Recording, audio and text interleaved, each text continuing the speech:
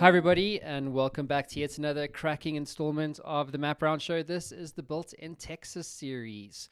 If you've been following along, you know what this is all about. If you've just joined us, welcome. This is where I get the chance to talk to amazing founders and CEOs, just really changing the way we do things. So, with me on the line is none other than Josh, the man, the legend Smith, the CEO and founder of Virgil. Welcome to the show. Thanks, Matt. Thanks for having me. Pleasure's all mine, mate. So, why don't you give us a bit about the your background? As obviously this isn't your first rodeo. You sit on a number of boards and this kind of thing. So, why don't you paint a picture of your background and then lead us into a bit around the origin story of Virgil? Yeah, no, for sure. So I've spent my entire career in and around wealth management, both as a practitioner, so originally making and helping make investment recommendations for some endowments, foundations, and large families. And then through the financial crisis, I'm not too old. I actually just turned 38, but through the financial crisis, kind of '08 to 2012, in my early mid 20s, kind of moved out of being an investment analyst as the world kind of fell apart and had to help my firm figure out how to think about portfolio management when you're invested in a lot of different securities globally, when you're invested in hedge funds and private equity and venture capital, the people who make investments in companies like I've built. It's just the data's everywhere, it's all over the place, and I had to help the firm figure out how to make sense of it all. Mm-hmm. Through a whole series of events.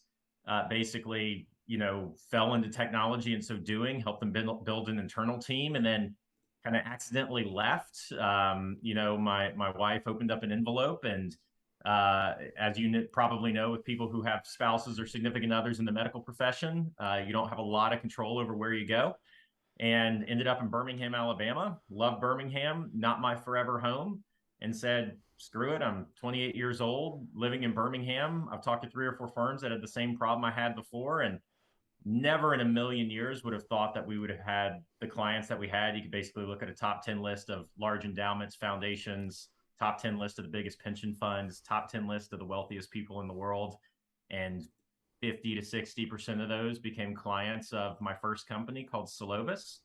And we built that from 2013 to 2020. We exited to NASDAQ. We didn't go public, but they purchased us outright. Got about a year into that, and great business, great company, but just decided 2 men in a coffee machine was a lot more interesting to me than necessarily working for a big company. And through both the exit, the outcome, and just having a lot of successful rounds of financing, doing 6 personal rounds of financing with Solovis, building relationships with a lot of private equity venture funds. I've been fortunate enough to help work with other entrepreneurs and founders in building their businesses, and hence the boards and advisory boards I sit on. And now getting to do it a second time. We grew a lot faster. We're already 50 plus people. First time it probably took me 6 years to get to 50 plus people. So we're blowing and going, as they say. And at Virgil, just raised a Series A, but I'm sure we'll get into all that fun stuff. But that's Yeah. the background.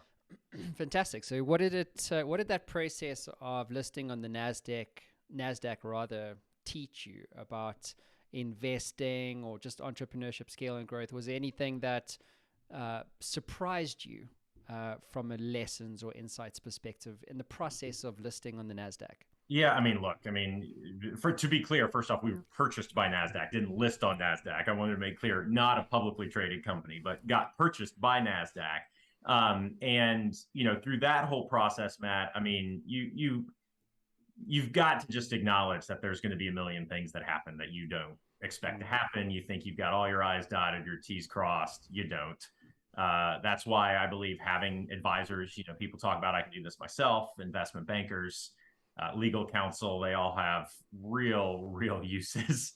And candidly, you can't control the whole process. I think the most important thing, whether you talk about acquisition, NASDAQ, what have you, is just making sure you've got somebody on the other side who is a peer or going to ultimately be a colleague, whether that be a co-CEO or a chief revenue officer, someone that you can pick up the phone and just say, hey, with these lawyers and these accountants and this, that, or the other saying, that's just not fundamentally feasible. And we've got to figure out if this is going to happen. We've got to figure this out. I probably had to make 6 or 7 of those phone calls along the way, and luckily we were able to do so. So why does the NASDAQ purchase companies? Why do they purchase companies? Well, internally, the business itself. So while it is an exchange, if you actually look at some of the most active purchasers of businesses in financial services and data, because ultimately, what is a business doing when they're listing? Right, they're listing their business in order to have access to capital, in order to have access to public markets. That is ultimately the reason why you exit. In the world that we have been living in, it was a way to finally get liquidity for people who had been investing private capital. But ultimately, it's so companies can come to market. People have transparency to their data. It's very quick. It's very effective at companies at scale, and you can access trillions of dollars. But ultimately, those businesses are in the business of providing information. If you look at NASDAQ, New York Stock Exchange, London Stock Exchange, Deutsche Börse, they've actually been some of the most prolific acquirers of financial services businesses and of financial data in the world. And it's because in the end, they are actually data companies. Their listing services are a component of what they do, but it, for a lot of them, is only 20 to 25% of their revenue, even though that's what they're known for. They are in the business of gaining data, creating data, and working with data businesses. And in my case, they wanted access to, I worked with the largest, what's called limited partners in the world. So the biggest endowments, the biggest foundations. If you go to the biggest private equity funds or hedge funds or the guys on CNBC, they're not getting their money from you and me. They're getting their money from Princeton, from Harvard, from Stanford, from these multi 10, 20, 30, 40, $50 billion institutions. And in NASDAQ's case, if you can own the data flow from the top of the funnel, guess what that means? You start to be able to own the data flow from the private companies at the bottom, and you become a conduit for information. It means more companies want to list with you, means better access to the flow of information. That's ultimately why. Okay, very interesting. Didn't even know I know a few people who've listed companies through the show, listed, Yep. not being acquired. So it's good to meet someone that's actually done the other side of the coin. Yeah. But let's talk about Virgil. What's the problem that you guys solve from your perspective? Yeah, I mean, hopefully this, listeners can relate to this. Choosing financial advisors is a very strange, especially in this digital world that we live in. It really is what I refer to as fork and knife. I don't know how many times I've been taken out, even in a post-pandemic world, to play golf, to have a steak dinner, to drink wine, go to Las Vegas, with people who ultimately want to run, a portion of my capital. And not everybody's as fortunate enough to have sold a business, whether it be you have a 401k. Do I choose Fidelity? Do I choose E-Trade? Do I have a personal financial advisor? It's literally a who do you know, recommend them to me. And going through the process myself, having 100% of my wealth tied up in my business, then liquidating. I also met some co-founders who actually ran registered investment advisors, and they said there's got to be a better way to give people information about what they're actually doing today without prying, and then make it more transparent what you're going to do for them in the future. Like, why should I have my money with you other than I just like you and trust you, and okay, I'm going to start legging into a relationship with you. And so ultimately, that's the problem we're solving. We're giving financial advisors the ability to very quickly ascertain through, I've got money with UBS or I've got money with JP Morgan. Here's my JP Morgan statement. Here's what they're doing for me. You tell me if you like it or don't like it, and very quickly tell me what you're going to do differently, and be able to do that in a matter of minutes, not days, weeks, hours, months. I mean, it's literally a matter of minutes that you can have a really cohesive conversation with an advisor about what's going on in your world and what would be happening if you made a transition. Otherwise, it's fairly kind of behind the scenes and obfuscated, and it's really about a sales job. And we feel very strongly that there should be more transparency and more kind of understanding as to what's going on with your money, and that's ultimately what we do. All right, fine. So listen, how big is this problem? I mean, I was at a client of mine, they're a wealth management company. I talk to a lot of investors. I've got a sizable investor network. I'm curious to understand from an FA perspective, like how big is this problem? Like if you were to put a dollar value on transparency and all the other things that you guys enable for FAs, what is that number? How big would you put it? Yeah, I mean, in the United States, we believe it's a $500 million a year problem, right? We believe it's a problem where, just the ability to convey what it is you're going to do. And one of the problems that we're solving, just to be clear, to get into the nuts and bolts of it, is this issue of I want to transition financial advisors. It exists in every financial shop in the world where ultimately at some point I'm going to say to this financial advisor, you take me out to play 1,000 rounds of golf. I like you. I'm interested in you potentially running some of my money. Historically, what would happen is I would start legging into that relationship with some of my money, give them 5% of my net worth, 10% of my net worth. And, it's different for different people, but that's my story. Here, with Virgil, what I can do is I can provide them what's going on in my world and not feel like they're prying, because this is going into an objective application. We read all of the information off the statements, fees, taxes, how I'm positioned, where all of my money is going in terms of ETFs, hedge funds, mutual funds, all of this stuff. And it would take the advisor, for the amount of securities I have, it would probably take a team 3 weeks to go through all of my different statements and different financial advisors. I can make that process 1 minute. They can have a complete understanding. Wow, I like this. I don't like this. Did you actually know, because you have all these ETFs, you actually have a 20% position in Microsoft? Did you know that? Like, you would be shocked. People with $50 million have 10 to 15% positions in Apple and Microsoft and had no idea. And when they go back to their advisor and say, did you know that? The advisor goes, no. And that's not okay. And that's just one microcosm of 1,000 things that we've seen that we feel it's just really important people are aware of. And so, it's a big issue. So, how important is speed in this context, right? Because if you're going from day one to day 365, and you're essentially shortening, right, the engagement from initial engagement to actual sale, clients onboarded, how important is speed to an FA?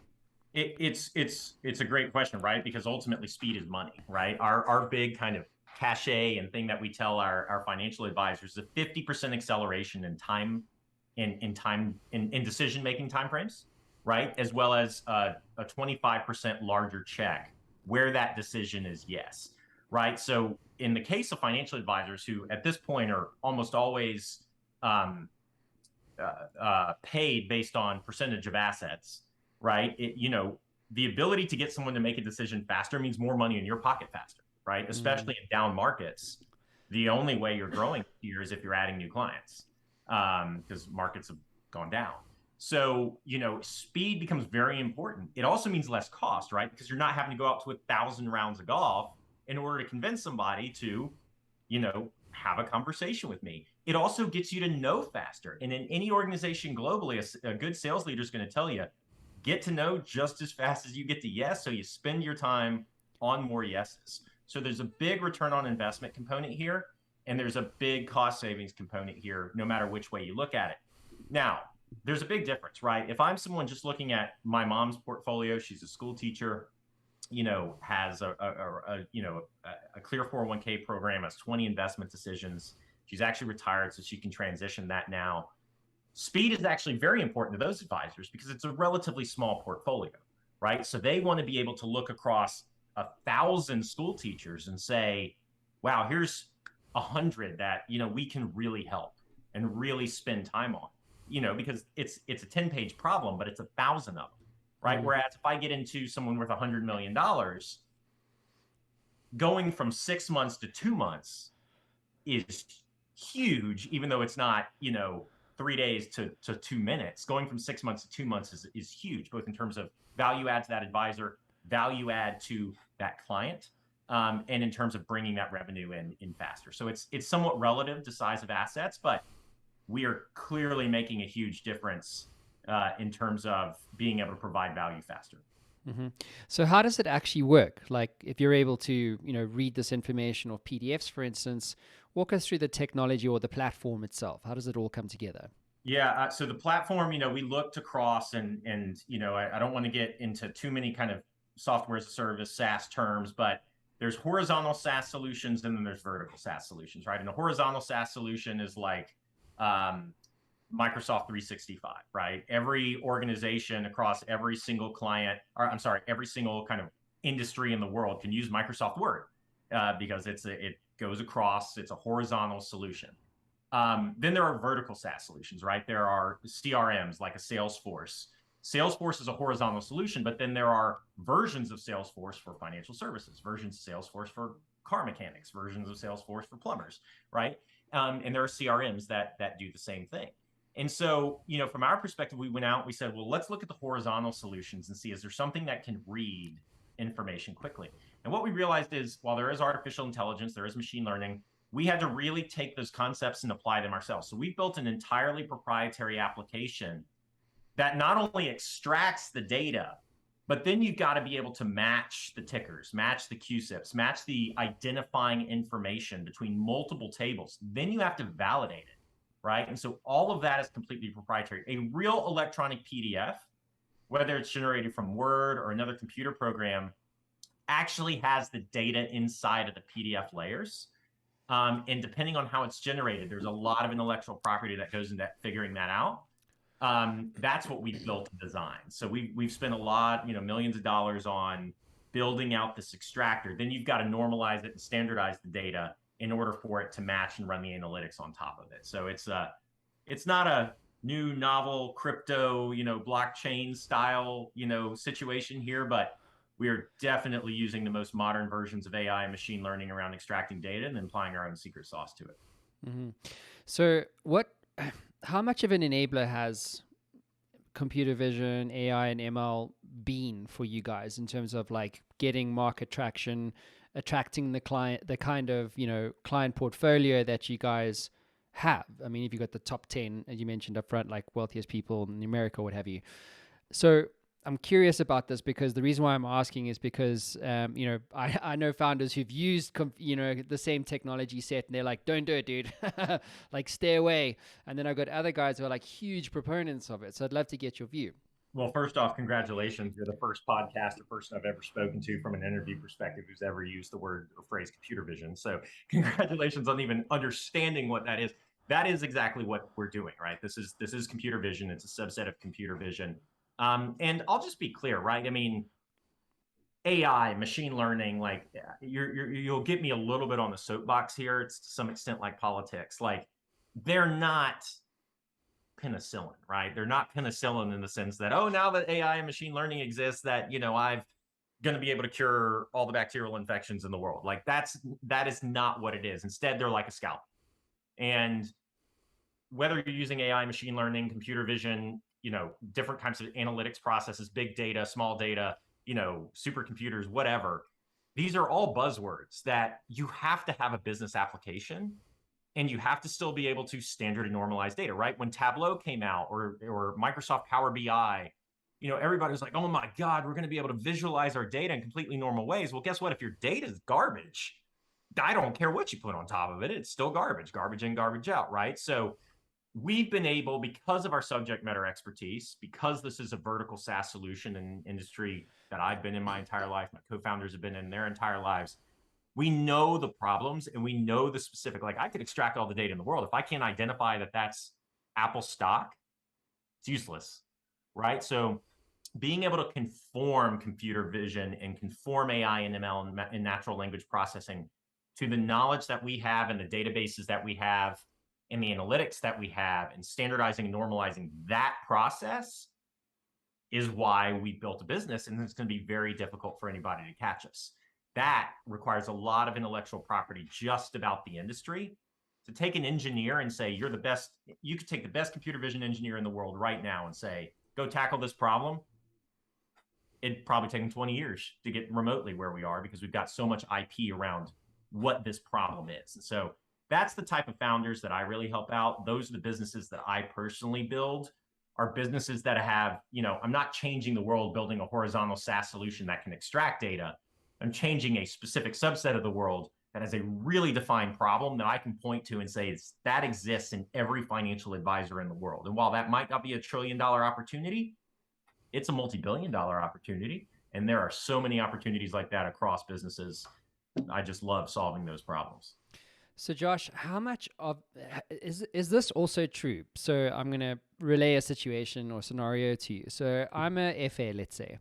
I've got 100 clients, right? I don't have the time to really provide that high touch service to all 100. So I will look at my top 10 on my book, and I will go, yo, like I'm going to provide like 80% of my time will go there because they're 80% of my revenue. So what happens is like, the other 90% or the other 80, you're kind of like, I'm not really getting there. Is your system or is your technology enabling a full service across a broader set of clients? It's so you bring up, if you actually go to our website, we talk about client acquisition all the time, right?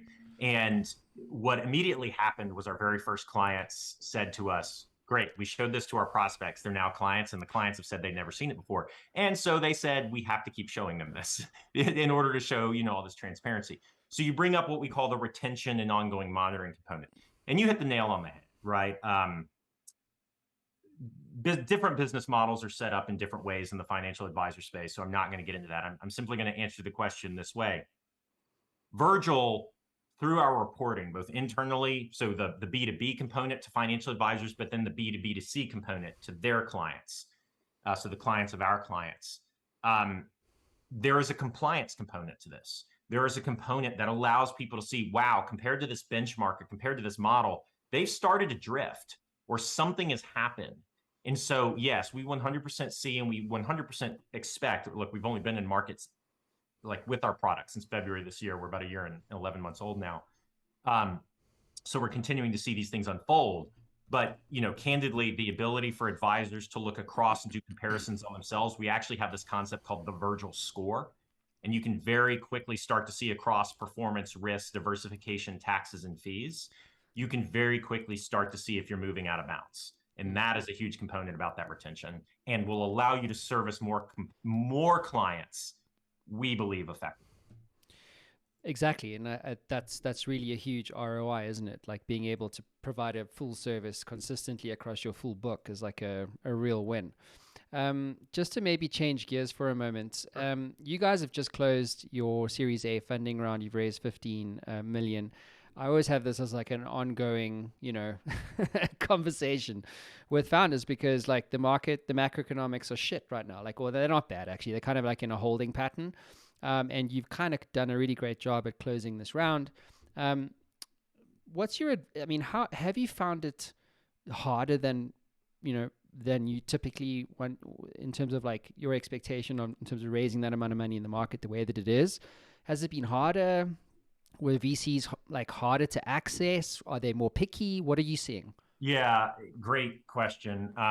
So I kind of have a bit of a counterbalance in that I'm a second-time founder plus board member, right? So that you do it successfully once, like suddenly it just becomes easier, especially to have a conversation and people to trust you. It kind of checks that box, right? Especially if you bring management along with you. So that is the counterbalance. What I will definitely say is it was equally hard as last time, the first time around, because 80% of the firms, when I started the raise, was in March, April, right? Russia had just invaded, volatility had just started to really, hit the markets.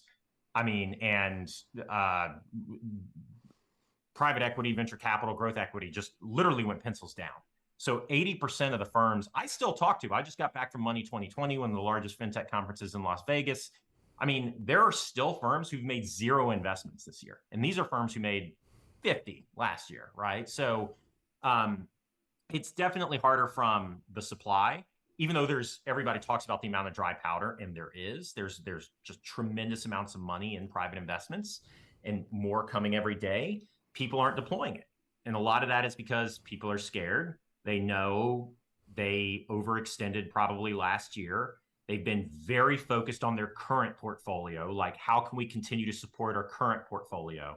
So you're going to see a lot of zombie startups. We already have started to see it fail, not be able to raise capital if you don't have good product market fit. The other thing that I saw and continue to see and would not expect this to change is that firms kind of fell back into their proverbial, I'm a seed, I'm a pre-revenue, I'm an early revenue seed stage, I'm a series A, B, C investor. You had all sorts of stuff going on, right? You had hedge funds investing in seed deals. You had seed investors in C deals. You had D investors in series A deals. And that just totally stopped. So suddenly you've got defined mandates in a lot of these firms where they've made their bread and butter. And so it went from, I can raise capital from anybody I want to, anywhere at any time, to at now that subset is shrunk, plus 80% of that subset's decided I'm not making any investments this year. So yes, it's a lot harder. That said, have we seen massive valuation compression? We've seen a good bit, but it hasn't been so insane that someone like me was unwilling to raise capital, right? I raised my first round of capital, institutional capital, January of 2016 in my last business. In this business, this was my first institutional capital, and I raised it at lower revenue, okay, significantly lower revenue. I still raised it at 7 times what I raised it the first time. So, the markets have still gotten a lot better and there's a lot more capital, but it's a lot more selective and a lot more choosy right now for sure. Right. So how did you decide to raise that amount? Like, why wasn't it, for argument's sake, 10 million? Like, how do you decide how much to raise? So again, I'm a beat my own drum, right? I'm a Henry David Thoreau, I think was the person who said that. I do what I want. My last business, all my rounds of capital were 8 million or less. I never raised a big 30 million, but I did 5 of them. I basically did around a year for 5 straight years until I exited. That was somewhat unusual. You see these 15 Series A's, 30 million Series B's, but like I knew what I wanted my outcome to be. My investors were along the right. I kind of laid that roadmap out right in front of me. And this go round, having done it before, getting the good valuation I mentioned, I really believed, look, I want at least 2 years worth of capital, right? And while I had term sheets on the table, similar valuations, some even decently higher than what I ultimately raised at, they were like, well, we want to give you 5 or 6 and see if it works. And we want to give you, and I was like, you know what? I just don't know what's going to happen with the market. I don't know what's going to happen with this. And I just made really clear to my team and to my co-founders, I said, we're going to take more dilution than we otherwise wanted to, because I need the comfortability that I don't have to be in the market at the end of this year. And it's just going to let me make some mistakes that, 2 years ago, if I'd raised, I'd have said, I can raise here and triple my valuation and go raise again and not have to raise as much and just try and play that game. A lot of those companies are doing down rounds right now, significant down rounds. So I just felt really strongly, get enough capital to where I can be methodical, be intentional, make some mistakes, and go at it. I was very surprised. We were 6 million oversubscribed as well. I never thought I was going to do a $15 million round. I did think I was going to do a 10 to 12. We had a lot of capital coming at us. So if you look on the announcement, we had a lot of strategics who are big names in the RIA space. And we thought getting them on board would do a lot for us as well. So we were willing to make more room. So, did we maximize cap table? Probably not. Did we maximize an outcome? Probably so. Josh, how important is story in this process? Like my last company, we had doubled revenues every year. And then, and it's funny because I actually went to my mentor. He owns like hundreds of businesses, and I said to him, "Look, I'm going to the States. What do you think I should do?" And he's like, "Sell it." And I'm like, "No, dude, I'm not selling it. Like, I'm doubling revenues every year."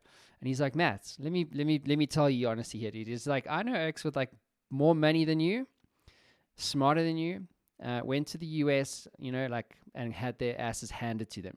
What makes you special?" And I'm like, I was drinking my Kool-Aid at that point, and in hindsight, it was a very good advice, which I should have listened to, because if I had started the exit process, I would have been a lot wealthier than I am now, because what actually happened was I hung on to it, and then this thing called COVID happened, and then the revenues went the other way. And to sell a company anything, any assets where the revenues aren't keep going north, like it's almost impossible.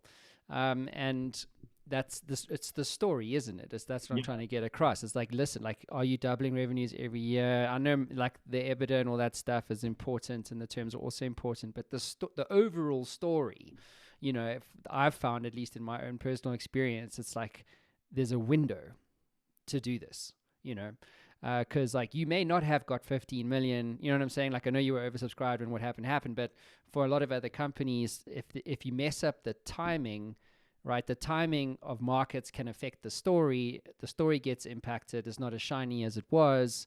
Then you're not worth as much. You know what I mean? And then investors will always try and take a bigger piece of you because of that. You know what I mean? Yeah. I mean,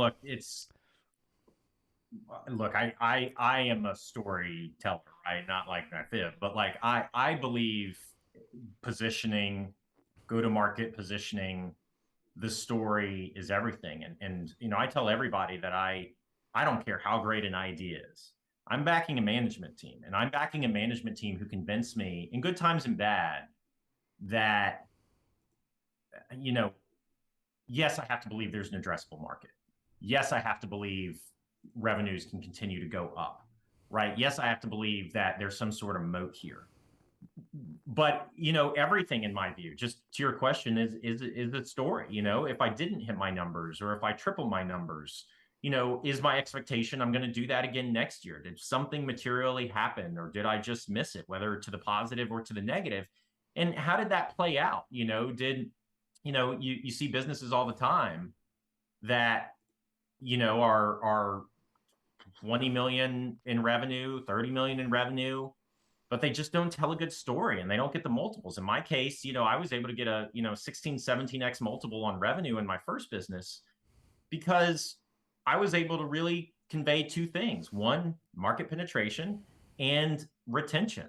I lost one client in 8 years. And by the way, these big endowments and foundations have been a lot longer than you and I have been around, and they're going to be here a lot longer than we're gone. And okay, so they're perpetual. And I could constantly just show that story in good times and bad times, and be able to make very clear. The other thing too is just communication. It's not going out to market and saying, well, market multiples are X. You start the conversations with private equity, VC, growth equity, potential strategics years in advance. And sometimes people say, why are you talking? Because I'm not talking to them to raise money. I'm talking to them because they then go and they meet someone and they go, hey, I heard about this cool business. What do you think, financial advisor buddy? And they go, holy shit, I'm actually about to become a client of that, or this, that, or the other, right? Like, excuse my French, but it's those types of things with investors and strategics that really, really maximize value. I am not a believer in go hire a banker. I'm selling my business. This is the first time you've met me. Now I'm going to expect the highest potential multiple. I've just really never seen that work. So it's about relationship building. It's about people seeing the story unfold, them seeing you and the team and the product continue to grow and evaluate. And I feel very strongly about that. So, what have you learned? Is there something that you feel, having been through this process more than once, that you feel other startup founders in the process of raising, let's just say someone raising for the first time, typically overlooks in terms of the terms of a deal like this? Because you get different types of debt. Yeah. Someone eats first.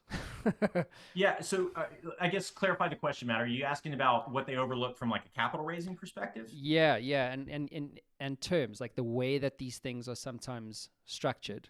Well, yeah, I tell everyone valuation is an equal 1/4. I might somewhat mistake my math here, but it's equal weight to several other things, right? Yeah. And those other things are governance, with control associated with that. It's the type of security. It's the amount of money and the expectation around that amount of money.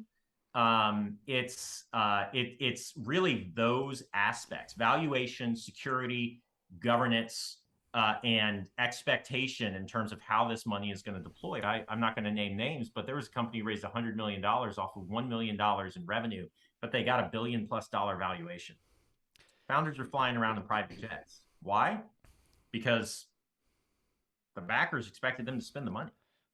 And I have no idea how to run a business that way. I have no idea how to even contemplate running a business that way. And so it has to align with how you think you can run a business, because there is nothing that I've seen replace founders and management faster than, oh, we raised this and we maximize that and let me pat myself on the shoulder. And it's like, you have no idea what you're doing. And given that amount of money, you're out the door, right? So you've got to be intentional, right? You got to be intentional about governance, valuation, security, because you will get behind the 8 ball in a hurry. Did I sell for $1 billion in my last business? No. Did I maximize valuation at every round? No. But did I have great working relationships around the table? And did I own a lot of that business when I sold for a lot of money? Yes, I did. And it's because we maximized that whole consortium of things along the way. And when we had issues, we knew what those potential issues could be. So I think founders have to be a lot more focused on everything, not just valuation. Agree. And just on the valuation point, I know you touched on it up front, but you were saying, like, you know, you haven't seen valuations take too much of a hit, you know, in typically on average. And one of the stats I read recently from PitchBook, I think it was like 34% of venture capital year on year. Well, the amount of venture capital going into startups year on year has come down by 34%. If a founder is looking to raise money, and you kind of touched on this, but I just want to maybe double click on this to make sure this is clear. Valuation or terms, which is more important? I mean, look, I can't look at, I look at them completely in composite, right? I mean, there are investors who are going to say, I will only invest 10 million. There are investors who will say, I will only invest 2 million. There are investors who will say, I will only invest 50 million. And what each one of them is doing is trying to basically take a certain percentage of your business, right? So do I raise 2 at 10? Do I raise 10 at 50? Do I raise, you know, basically to get to these same outcomes, and what are the terms associated with that? And specifically, what are the milestones that I'm going to be able to hit, right? If I raise 2 at 10 and someone comes along and says, I'll buy your business for 50 or 30, and I owned 100% of that business going into that 2 or 10, that outcome is possible. If I raise 50 at 250, I just took anything below 500 off the table, right? And you have to know that once you start setting terms and securities and governance and valuation, you are subscribing to a minimal outcome or to some form of an outcome that, you know, I've seen founders sell for $500 million that made less than founders who sold for $50 million, right? And everybody talks about, do you want to own a smaller piece of a much bigger pie? Well, sure, but how you get there is important, right? And just knowing that about the market, knowing that about how investors invest is really important. It's, you know, look, a lot of people want to say I raised $50 million. I just patted myself on the back. I'm very proud of the fact that I had, in my last business, I raised 24 million cumulatively, and I'm very proud of the fact I never had to raise anything bigger than an $8 million round, and had a phenomenal outcome. So, you know, look, it's not about if you're doing it for the headlines, have a feeling you're not going to be doing it very long. So I look at terms, I look at valuation. It's got to be a story that you can tell yourself, tell your board, tell your investors. It's got to be something you believe in. And then with that, especially if you raise large capital, you have got to expect you're going to need to bring in professional management. And that doesn't mean I never replace myself as CEO. I have no expectation I'm going to replace myself as CEO. Did that mean I needed a very professional COO? Did that mean I needed a very professional head of sales? That means I had to quit micromanaging everything? Yes. And you're going to have to do that, period. Yeah, it's interesting. Another stat I saw recently, like 50%, roughly, 1 in 2, founders who raise VC money are replaced within 36 months. Because they don't have that skill set, right? Like, they don't know what to do with 50 million. You know what I mean? Like, they have an idea, but, like, I don't know, somewhere along the line, if things change, markets move, and suddenly, oh shit, like, I'm not getting that that valuation anymore for my investors or my returns, you can be replaced. Yeah, I mean, and that's another just figment of people's imagination. You take outside money, you don't control the business anymore. Like, period. That's I what mean, that's what scares me personally. Like I've never wanted to. I've always bootstrapped it. In hindsight, maybe if I'd raised money for my previous company, like things would have been different or what have you. Maybe I could have exited because we would have been. I don't know. You have some working capital to do stuff with, and put more fuel in the engine, so to speak. But that always made me nervous. You know what I mean? Like being even if you list a company, you're essentially selling it. You know what I mean? Like you're no longer in control. And to your point, if you take on an investor's money, it's like, oh snap! Like now I'm accountable to someone else, right? Like, it changes. It's no longer fun. Like for me, it's no longer. It could no longer be fun because, you know what I mean? Like it just changes the context so much. well, look, it's akin to, and I tell people it's akin to taking on a spouse. It's akin to taking on, a really significant business partner with equal rights. Like, yes, there are governance components, right? You have somebody who has a bad day, and I've rarely seen just somebody up. I haven't seen like these horrific like investors or outcomes. It's always communication, and it's just like any relationship, right? And people need to be mature enough to say, am I good at those relationships? Am I doing this because I want to have total and complete control? And if somebody says something to me and I disagree, that's how you get yourself in trouble really fast, right? Like, it's okay to be hard driving. It's okay to have an opinion. It's okay to that. I mean, that's what entrepreneurs are to a large extent. But you can't do it in such a way that you create a fiduciary problem for them. You can't do it in such a way that you just blatantly aren't willing to listen. And that doesn't mean, like, I have never really actually seen an investor who comes in and says, no, this is exactly how you have to do it. I've never seen that. However, when I've seen the same investor say the same thing for 9 straight board meetings, and the CEO's response is still, go do this with yourself, that's when you start ending up in those scenarios, right? So it's all communication. It's when you take outside money, you just have to tell yourself, what would I do in order to keep this job?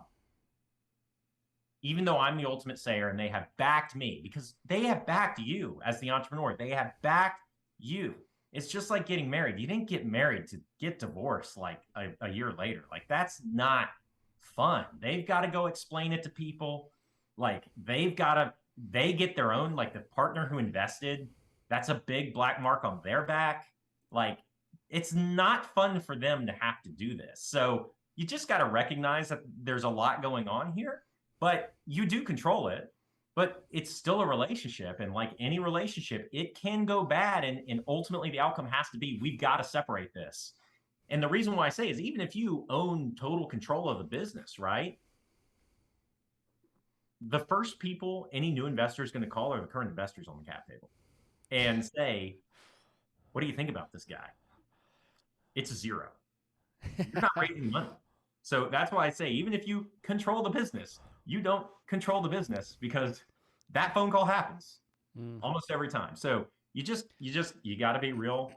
It's an emotional maturity aspect of it. If you want to control it, you want to build a business yourself, bootstrap it, power to you. I know people in my family like that. They couldn't be told to do anything they didn't want to do. Thankfully, they've never raised outside money, because it would be bad. And I've seen a lot of founders who never should have raised outside money, because they just can't accept anybody else's opinion but their own. And that's fine. I'm not saying that's wrong. But just know, when you take outside money, that's not all that matters anymore. Yeah, exactly. Thank you for that. Josh, when do you start thinking about an exit here? Like, you know what I mean? Because there's 2 schools of thought here. One is, if you're thinking about an exit too early, you miss the fundamentals, right? Like you miss doing what you should be doing, because you focus on the wrong thing. The other school of thoughts, which is where I'm kind of camped out, which is build it like you could sell it, so that should you need to, you can. You know what I mean? Like you're putting everything in place so that, let's just say you do want to raise a round, even like you've done the right things. The story is where it's at. You know, like even just having a board or a middle management team, like if someone wants to buy you, like it's not going to die because Matt Brown's decided to move to America. Do you know what I mean? Yeah, look, I wouldn't have said it any other way, with the one caveat of I think people need to understand who their acquirers are, right? And they need to be honest about that. Like, could a bank buy me? Is this a publicly traded company? Is this a company that I can get big enough to be publicly traded? Is a private equity buyer logical? Is this a company that I think with X amount of money I can make profitable? Is this so we can self fund? Is it a company that I think is going to take $200+ million to get to profitability? Like, I think you've got to be real honest up front about where you are and what your logical outcomes can be. Because like I said, you raised 50 million. Well, you better be signing up for a $300+ million business, like period, full stop. Right. So you better be confident you can get there, or else you better be confident that someone else can, or you're going to have a problem. Right. So I think you got to start a little bit with the end in mind, and not say I'm selling tomorrow, but say, if I do my business plan right, who would buy this and why? What have they historically done in terms of multiples, in terms of things like that? Because look, the vast majority of companies certainly don't list. They stay private and get acquired. What does that look like? And then that helps inform how you raise capital as well. So that when you get to year 3 or 4, look, if you're starting a business to sell it tomorrow, I don't have any expertise in that. Like that's not what I think about when building a business. I think you get good product market fit, you show acceleration. I do believe in constantly being in market, having conversations, learning from financial sponsors. That doesn't mean go have 3-hour conversations on site about selling your business and raising capital. What it means is, what are you seeing in the market? How do you look at businesses like us? Are you seeing any logical acquirers? Are you seeing any competition? Like talking to financial sponsors who this is their job all day, every day, is it hugely informative to a CEO and to a business builder. You've got to be able to focus on the business. But that's not my skill set, right? Like my skill set is focusing on the business, but I bring in people who run the day-to-day every 30 seconds. And then I, at the end of the day, an hour, 2 hours a day, focus on what's going on, catch up with my management team, have some overarching conversations. So you need to know who you are, where you fit in the business, build the cogs, be having conversations, and begin a little bit with the end in mind. Who could the acquirer be? And that helps inform the stages that you should be at when, if in year 2 or 3, you want to start looking at a market check, the people to call and say, what do you think about this? And also, it's not, I did this in my first business. It's not sell or not, right? Like I took, in 2 rounds of financing, I took a couple percentage points off the table, and that was meaningful. I could buy my house for cash. I could buy a nice car. I finally could start putting money away and live a different life, like actually buy decent jeans. Like, you don't have to sell the whole thing. So, nothing is black or white. Like there are ways in between to get to different outcomes. Yeah, it's mainly the genes. Man, I will tell you. I mean, this is too much information, but I had the same underwear from college until about a year before I sold my business. So that's too much information. But that's what it means to have 100% of your worth tied up in the business. So Do you know? On the men's underwear story, I have a funny story for you and everybody else. So I was chatting to the founders of Haystacks. .ai. They're out in New York, and they have a predictive intelligence engine for real estate. So they're able to aggregate different data sources. You'll get all this stuff, but they're able to use these unstructured data sources and blah blah blah. And one of them is men's underwear purchases. So what they've done is, and they've taken like an index of like how many, or the frequency of purchases for men's underwear, and the rub is when men's underwear sales stop, it's a indicator for the declining of house prices or real estate prices. Weird, right? Men's underwear. People underestimate the power of men's underwear, dude. Well, no, I mean, look, it's just on that anecdote. I mean, men's underwear, but this is the alternative data construct. Hedge funds are prolific purchasers of satellite imagery, right? Is the Walmart parking lot more or less empty than it was 3 months ago, right? So they start to know what's going on with sales before the public companies release. And so this is part of the hedge funds like cachet is all these alternative data sources, our truckloads more or less. And you can get this data, our port loads more or less, or this, that, or the other. Like this is the alternative data world is very interesting and a great opportunity for a lot of people who are good at math. And I am good at math, but I'm unfortunately not nearly that good at math. So good on them. But that's a great anecdote. Josh, 2 questions and then we'll wrap up. So have a bit of fun with you at this point. So I'm going to give you the keys to the Matt Brown Show time machine. And I know you're a relatively young company, but if you could go back to yourself on day one and give yourself advice about building Virgil, what would that piece of advice be? Having done it once and apparently completely forgotten that this is this hard, like it's hard, and it's, you got to prepare your family. You got to understand your own time. You got to understand what balance is. You got to protect your mental health. um you know it's hard, and it's a journey, and you just really do have to enjoy the journey. You got to set goals, but you can't just set the goal, I'm going to sell in 5 years, because it just gets lost. And as part of that journey, you got to put people around you that you like working with every single day. And if you don't, and you're the boss, cut bait and run, because it makes it miserable. I mean, it's not easy to build any business. It's certainly not easy to maintain all the relationships that are necessary in doing so. And just be prepared for that. It's a journey, and you got to be prepared for the journey and enjoy that as part of the other aspects of your life. Yeah, that's a really great point. Last question, Josh. Why do you do what you do? Like, what gets you out of bed in the morning? Yeah, I mean, it's a combination of, there's an ethos component to literally what we're doing, having lived, the problem myself. It's believing in transparency. It's believing in, people deserve to understand what's going on in their current world. Financial services, even though they have a fiduciary responsibility, they're still selling. It's very hard to trip that fiduciary wire, right? And you need to be able to protect yourself, and you need to do what's in yours and your family's best interest. And you need to be the guide of that. So I feel really strongly that gets me up in the morning. And then the other thing that gets me up is it's the aspect of building a business at this stage. 38, I've done it once, been successful. Other companies I've invested in are successful.